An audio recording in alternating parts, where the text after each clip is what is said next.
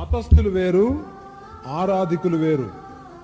ఈ సంగతి ఆవిడతో చెప్పినాడు. అమ్మా నీకు మతం ఉందని తెలుస్తుందమ్మా, చక్కటి విషయాలు చెప్తున్నావు, నీకు చాలా విషయాలు తెలుసా నీకు.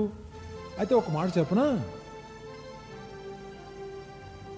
దేవుణ్ణి ఆరాధించే వాళ్ళు ఎలాగ ఆరాధించాలో నీకు చెప్తున్నానమ్మా అని చెప్పి, దేవుని యొక్క ఆత్మ ద్వారానే చేసేది ఆరాధన. దాంతోపాటు సత్యం కూడా ఉండాలి, ఆనెస్టీ ఉండాలమ్మా, ఇంటెగ్రిటీ కావాలి, యథార్థత కావాలి, నీతి కావాలి.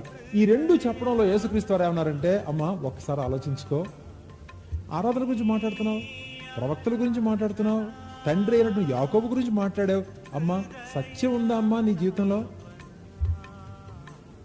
తండ్రి ఎలాంటి వాళ్ళని కోరుతున్నాడంటే, ఆత్మతో సత్యంతో ఆరాధించే వాళ్ళు కావాలి, ఆరాధించే వాళ్ళు సత్యంతో ఆరాధించాలి, యథార్థత కావాలమ్మా, అబద్ధం కాదు, మోసం కాదు, మనల్ని మనం కప్పుకోవడం కాదు, ఏదో మనుషుల దృష్టిలో ఏదో పరిశుద్ధులని చూపించుకోవడానికి కాదమ్మా. సత్యం కావాలి, ఆనెస్టీ కావాలి, ఇంటెగ్రిటీ కావాలి.